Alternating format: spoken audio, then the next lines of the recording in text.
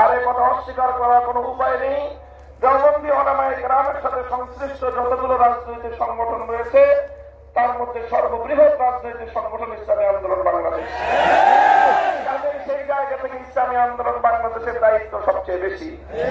আলহামদুলিল্লাহ, আমি সাক্ষী দিচ্ছি লাখো জনতার এই মজমায় আমরা হযরত পীর সাহেব চরমনায় সৈয়দ রেজাউল করিম সাহেব হাফিজাহুল্লাহর মধ্যে সেই উদারতা এবং সেই আন্তরিকতা আমি প্রত্যক্ষ করেছি, আমি সাক্ষী দিচ্ছি। এই জন্য আমরা আশাবাদী আগামী দিনে ইনশাআল্লাহ আমাদের ঐক্য প্রতিষ্ঠিত হবে।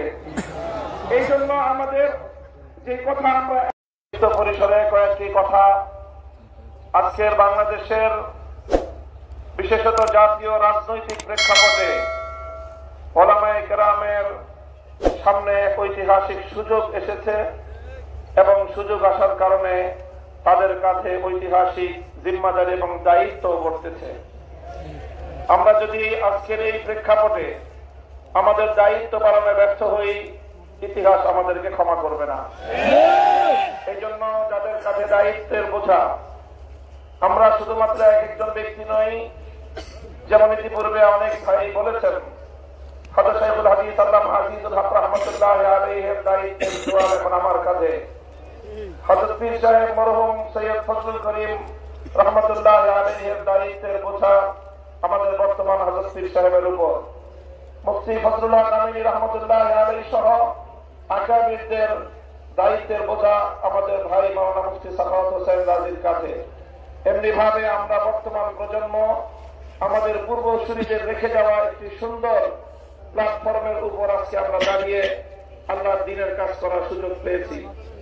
কাজে এই জায়গা থেকে আজকের এই জাতিকে যদি আমরা নেতৃত্ব দিতে, যথাযথ দিক নির্দেশনা দিতে যদি আমরা ব্যর্থ হই, তাহলে আমাদেরকে অনেক বড় মাসুল গুনতে হবে, দুনিয়াতেও এবং আখিরাতেও। আমি আজকের যে জাতীয় চাহিদা, বিশেষ করে সারা বাংলাদেশের সকল ধর্মপ্রাণ শুধু নয়, যারা ধর্মকে ভালোবাসে অন্তত তারা ইসলাম প্রেমী সকল মানুষের অভিন্ন চাহিদা হল ইসলামী নেতৃত্ব তারা ঐক্যবদ্ধভাবে জাতির সামনে অগ্রসর হোক, জাতির সামনে উপস্থিত হোক। আমি আমার দীর্ঘ যে পর্যবেক্ষণ বাংলাদেশের ধর্মীয় এবং রাজনৈতিক অঙ্গন নিয়ে, সেটা আমি দেখি যে বাংলাদেশে আমরা আলহামদুলিল্লাহ ইসলামিক দৃষ্টিকোণ থেকে আমাদের পার্শ্ববর্তী উপমহাদেশের অন্যান্য দেশের তুলনায় আমরা অনেক সহনশীল একটি জায়গায় রয়েছি। আমাদের বাংলাদেশে ইসলামপন্থীদের মধ্যে পারস্পরিক ঈমান এবং কুফরির কোন ইখতিলাফ নেই, মতবিরোধ নেই, যেটা আমাদের পার্শ্ববর্তী দেশগুলোতে রয়েছে।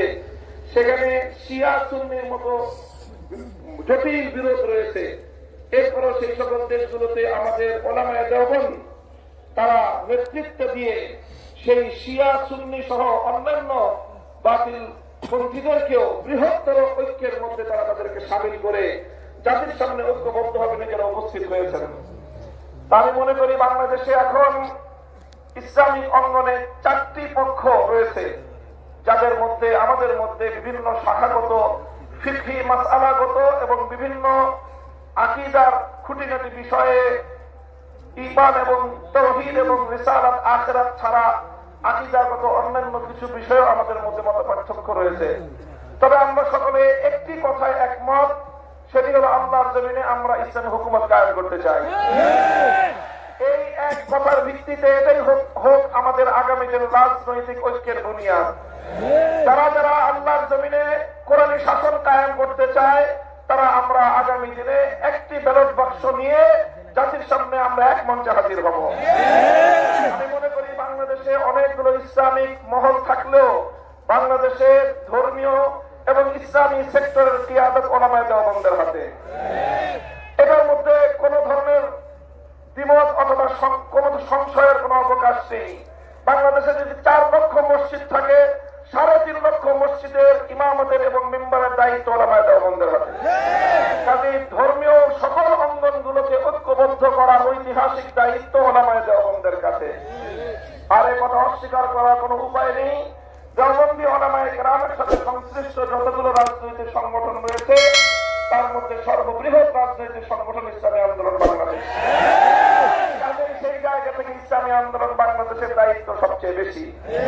আলহামদুলিল্লাহ, আমি সাক্ষী দিচ্ছি লাখো জনতার এই মজমায় আমরা হযরত পীর সাহেব চরমনায় সৈয়দ রেজাউল করিম সাহেব হাফিজাহুল্লাহর মধ্যে সেই উদারতা এবং সেই আন্তরিকতা আমি প্রত্যক্ষ করেছি, আমি সাক্ষী দিচ্ছি। এই জন্য আমরা আশাবাদী আগামী দিনে ইনশাআল্লাহ আমাদের ঐক্য প্রতিষ্ঠিত হবে। এই জন্য আমাদের যে কথা আমরা একমত, সেটা হলো আগে আমাদের ওলামায়ে দেওবন্দের নেতৃত্বে যে সকল রাজনৈতিক সংগঠনগুলো পরিচালিত হচ্ছে, আমরা আমাদের মধ্যে আমাদের ঐক্যকে আরো সংহত এবং মজবুত করব। ইতিমধ্যে আমির হেফাজত আল্লামা শাহ মুহিবুল্লাহ বাবুনগরী হাফিজাহুল্লাহর পক্ষ থেকেও আমাদেরকে সকল সংগঠনকে এই দাওয়াত দেওয়া হয়েছে। কাজে ইনশাআল্লাহ আমরা আশা করছি যে অদূর ভবিষ্যতে অনতিবিলম্বে আমাদের ঘরানার সবগুলো রাজনৈতিক সংগঠন আমরা শিশাডালা প্রাচীরের মতো ঐক্যবদ্ধ হব। এরপরে বাংলাদেশে অপর 3টি ইসলামী ধারাকেও রাজনীতির ক্ষেত্রে আল্লাহর জমিনে ইসলামী হুকুমত কায়েম করার জন্য তাদেরকেও আমরা তাদের কাছে দাওয়াত নিয়ে যাব ইনশাআল্লাহ। সেটা হলো, একদিকে বাংলাদেশে আরেকটি অঙ্গন রয়েছে আহলে হাদিস সম্প্রদায় হিসেবে বিশাল একটা সম্প্রদায় বাংলাদেশে রয়েছে। আমার যতদূর জানা, তারাও এই বিষয়ে বর্তমানে অতীতের যে কোনো সময়ের তুলনায় উদার দৃষ্টিভঙ্গি লালন করছেন। ডক্টর আসাদুল্লাহ গালিব এবং মওলানা আব্দুর রাজ্জাক বিন ইউসুফের নেতৃত্বে আহলে হাদিস ভাইয়েরা তারা রাজনৈতিক অঙ্গনে ওলামায়ে উম্মতের সাথে ওলামায়ে দেওবন্দের সাথে ঐক্য করার জন্য তারা প্রস্তুত রয়েছেন। আমাদের আরেকটি অঙ্গন রয়েছে যাদেরকে আমরা সুন্নি বলে জেনে থাকি, সেই সুন্নি ভাইয়েরাও আমি আশা করি এবং আমার কাছে যতটুকু ধারণা তারাও ঐক্যের জন্য প্রস্তুত রয়েছেন। তৃতীয় যে আরেকটি গ্রুপ রয়েছে জামায়াতে ইসলামী বাংলাদেশ, যারা দীর্ঘদিন ধরে রাজনৈতিক অঙ্গনে আল্লাহর জমিনে আল্লাহর আইন বাস্তবায়ন করার স্লোগান নিয়ে যারা কাজ করছেন, তাদেরকেও আমরা উদাত্ত আহ্বান জানাবো এবং তাদের কাছে আমরা দাওয়াত নিয়ে যাব। এইভাবে ওলামায়ে দেওবন্দ যদি ঐক্যবদ্ধ হয়ে আহলে হাদিস, সুন্নি, জামায়াতে ইসলামী সহ ঐক্যবদ্ধ হতে পারে, বাংলাদেশের উম্মতের ওলামায়ে কেরামের কাছে জিজ্ঞাসা করা ছাড়া কোন রাজনৈতিক সিদ্ধান্ত গ্রহণ করা যাবে না। আল্লাহ নেতা অনুযায়ী চলবে, ওই শাসন বাস্তবায়ন হবে ইনশাআল্লাহ। সেই দিন আমরা দেখতে পাবো আমাদের হায়াতে, আমাদের জীবন দশায় দেখতে পাবো। আমি আশা করি আগামী নির্বাচন হবে আমাদের জন্য সেই ধরনের বৃহত্তর একটি ঐক্য জাতিকে উপহার দেওয়ার মোক্ষম সময়। আমি আপনাদের সকলের কাছে দোয়া চাই যে এভাবে যেন আমরা আমাদের ভূমিকাগুলো পালন করে যেতে পারি। বাংলাদেশ খেলাফত মজলিসের পক্ষ থেকে আমি আজকের এই ঘর মজলিসে এই ধরনের কার্যক্রম পরিচালনায় আমাদের শতভাগ উদারতার এবং আন্তরিকতাপূর্ণ ভূমিকা পালন করার প্রতিশ্রুতি দিয়ে যাচ্ছি ইনশাআল্লাহ।